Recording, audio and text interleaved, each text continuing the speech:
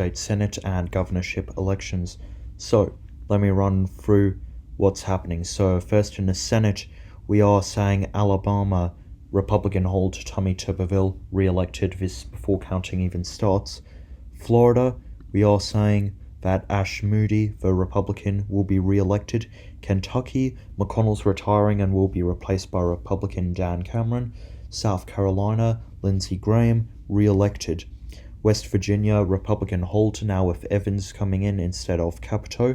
Mississippi, Oklahoma, South Dakota, Tennessee, and Arkansas, all Republican holds with our incumbent senators. Wyoming, Lummis will be re-elected, and Idaho, Risch will be re-elected there as well. Then in Oregon, Merkley will be re-elected. I don't know why Alaska's blue here, that doesn't really make sense. So Oregon, Merkley will be re-elected. We are also calling before counting. Cicilline will be the new senator from Rhode Island, taking over from Reed. We know Massachusetts will remain blue. Wu will keep that seat blue. And we now go to the gubernatorial races. Alabama, Republican hold South Carolina, Republican hold Connecticut, Democrat hold Massachusetts, Democrat hold both with our incumbent governors. Oklahoma, Drummond will become the new governor, taking over from Stitt. Republican governors re-elected in South Dakota, Tennessee, and Arkansas. In Rhode Island, Democrats will re-elect McKee. And we see in New York, Kathy Hochul lost the nomination for the Democrats this time around, and Jamal Bowman won that nomination, and it has a pretty big lead in the polls. So we're calling that seat already. Wyoming will remain Republican. It'll switch from Gordon to Bien. Gordon is term limited. Idaho, Little has won re-election. Alaska, Dahlstrom wins re-election. Hawaii, they re-elect Democrat Green. And California, incumbent Gavin Newsom is term limited, so he has been replaced on a Democratic ticket by Ro Khanna. Alright, let's get into the count. So, we fast forward first to 7 p.m. and we do have these announcements on the Senate level. New Hampshire, we are calling for the Democrats. Shaheen is re-elected. Virginia, McClellan re-elected on about 6%. North Carolina, early Democrat lead. That is Roy Cooper leading in a race against incumbent Senator Tom Tillis. That is close. Ohio, we do see a close race there. Sherrod Brown trying to return to the Senate after losing his race 2 years ago in a competition against Husted. In that special election, that's also very close. Delaware, we are saying at this point, Mayor will win that seat, formerly Chris Coons' seat. Illinois, we did call for Ramirez already. And at the Senate level, we are seeing an early lead in Georgia. That is a race between Stacey Abrams and Brad Raffensperger. And hold on, let me just check this. Georgia, we forgot to update the gubernatorial race. Marjorie Taylor Greene, the Republican, leading there by about 2 points. She's leading incumbent Senator John Ossoff. So there does seem to be a disparity between the Senate and the gubernatorial race. So that is definitely very interesting. In Florida, there seems to be an early lead for Matt Gaetz in the gubernatorial race, going against Democratic candidate Carver. Vermont and Ohio, early Democrat leads for Howard Dean and Tim Ryan, respectively.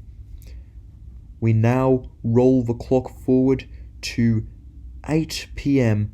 on election night. I was wrong. At 9 p.m. on election night. Sorry, it's been a while since there's an update, things and stuff. So Georgia, about a 1% lead. We now see John Ossoff is back in front of Marjorie Taylor Greene. That's certainly big for the Democrats. In New Hampshire, still Shaheen re-elected. We've just seen that margin increase, so just thought I'd mention it. We do see North Carolina and Ohio. Both those leads are under a point now. But North Carolina is Republican lead at this point. We see now Kansas, we are calling it for Republicans. Oh, hold on, it's already called. That's convenient. Maine, sorry, we didn't have any count coming in for a while. There's some issue with the numbers. We just called the governorship earlier before because, big lead in the polls. But we are saying that Jackson, the outspoken economic progressive, will win that seat. So that puts Democrats on 42, slightly behind Republicans on 46. So that's certainly interesting. Still think Republicans are in the main best position, but you never know. We see Michigan, they're starting to get counts in. The Democratic candidate, Rashida Tlaib, is leading by a few thousand votes. That's very close there. Texas, about a 5-point lead by Republican incumbent Cornyn. Colorado, we see Breslin, the Democratic nominee, leading by about 8. Iowa, we see that Byrd, the Republican nominee, taking over from Ernst, is leading by about 6. New Mexico, we see Lujan, the incumbent Democrat, leading by about 8. So that certainly looks good for him. We are also calling the state of Minnesota already for Ilhan Omar, the Democratic nominee, the progressive who managed to just get the nomination for that Senate seat. And then we expected all campaign season long. She was the favourite for Minnesota, but we're expecting maybe a 5-point victory. She's leading by 12 with about half an hour of counting and about 30% of results, and it's all from very sort of swing areas. So we are confident in calling that for her. Montana, early lead there for John Tester, looking to get back in the Senate after 2 years out, leading Steve Daines about a 1.3% margin, but that is still going to be very close. So, keep your eye on that. We now go to the governor's level. So, what calls are we making now? Georgia. Marjorie Taylor Greene has moved just back in front by about 0.5%. Florida, we are calling now for Carver. Actually, we do have a bunch of votes just came in, and it's about a 1.5% lead, and it's about 90% of the vote in. All remaining areas lean Democrat, and that's even from previous elections where Democrats have done poorly in Florida. So that's big for them. Vermont, we are now seeing the Democrat candidate Howard Dean has won the election there. And we finally have a count in from New Hampshire. Kelly Ayotte has lost re-election. That is a Democratic pickup. So this is certainly working out well for the Democrats tonight. Kansas, Republicans retake the lead, but Maine, we called for Democrats a while ago. Michigan, we have good results coming in there. Wisconsin, good results coming in there. Minnesota, good results coming in there. Pennsylvania, good results coming in there. This is all very good. Democrats also leading in Colorado and New Mexico, while Nebraska and Iowa still are Republican leads. We fast forward the clock to 11 p.m. So what are our calls now? Well, we are seeing that the Democrats have pulled back in front in North Carolina. Results are starting to come in from Alaska. Actually, a surprise lead there, Peltola leading. We are calling Texas for John Cornyn. He is re-elected. But we're also calling Colorado as a Democratic victory, New Mexico as a Democratic victory, Michigan as a Democratic victory, and Georgia as a Democratic victory. Republicans and Democrats now tied 47-47. So let's have a look at the races. In Iowa, Byrd is leading Sand. No, not Sand. Okay.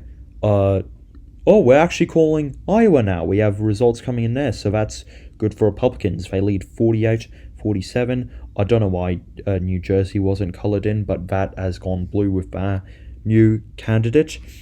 it is now 48-48. So what are the battlegrounds left? Well, there's Alaska, Democrats lead by 1 point. Montana, Democrats lead by about half a point. And Ohio and North Carolina, which are 0.7 and 0.8% respectively. We do have results coming in from Arizona and Nevada, and they do seem to be leads at this point. Arizona Democratic candidate Ansari leading, Nevada Democratic candidate Ford leading, and we are now seeing Osborne takes the lead in Nebraska, Sant takes the lead in Iowa. We are calling Kansas for Republicans on a gubernatorial level, but we are seeing Stacey Abrams now leading in Georgia. So this is certainly very interesting, and we're calling the entire blue wall for the Democrats now on the governor level. They're all leading by 7, 8, 9%. So that is certainly very good for them. But let's have a look in the Senate. Well, we roll the clock forward to 2 a.m. in the morning, and this is probably our last update of the night. What do we call? Well, we're calling Ohio and North Carolina for the Democrats. So that is Brown returning to the Senate, and that's in Ohio, and in North Carolina, former Governor Roy Cooper has won that election. So Democrats now have 50 seats, Republicans 48, 2 seats to go. Democrats just need one of them to take control of the Senate. Let's look gubernatorially. We have called victories for Democrats in Colorado, New Mexico, even Georgia now. Stacey Abrams now has that victory. Ford flips Nevada. Arizona, with Ansari, stays blue. So these are huge points. And let's roll it forward to 6 a.m. the following morning. So here are some updates from overnight. We do see Democrats, Dan Osborne at least has won in Nebraska. Iowa has gone to sand, so that is a flip. And we are saying now that Tim Ryan has won the governorship in Ohio and has defeated Vivek Ramaswamy. Meanwhile, still no major calls. But look, at 7:28 in the morning, we have a historic call. The Democrats will win a majority in the House. We are calling Alaska for Mary Peltola, and as the time advances, we call a few hours later Montana for John Tester. So there you go, a 52-48 margin. Democrats win a majority in the Senate, very good for them. House results, we're not tracking those, but Democrats have won a majority there. And in the gubernatorial races, well, they flipped quite a few seats. They flipped Nevada, they flipped Iowa, they flipped Ohio, they flipped New Hampshire, they flipped Vermont, they flipped Georgia, they flipped Florida. Meanwhile, on the Senate race, Senate level, Democrats flipped Montana, Alaska, Ohio, North Carolina, and Maine. So all very good for them. Thanks for joining. See you again soon.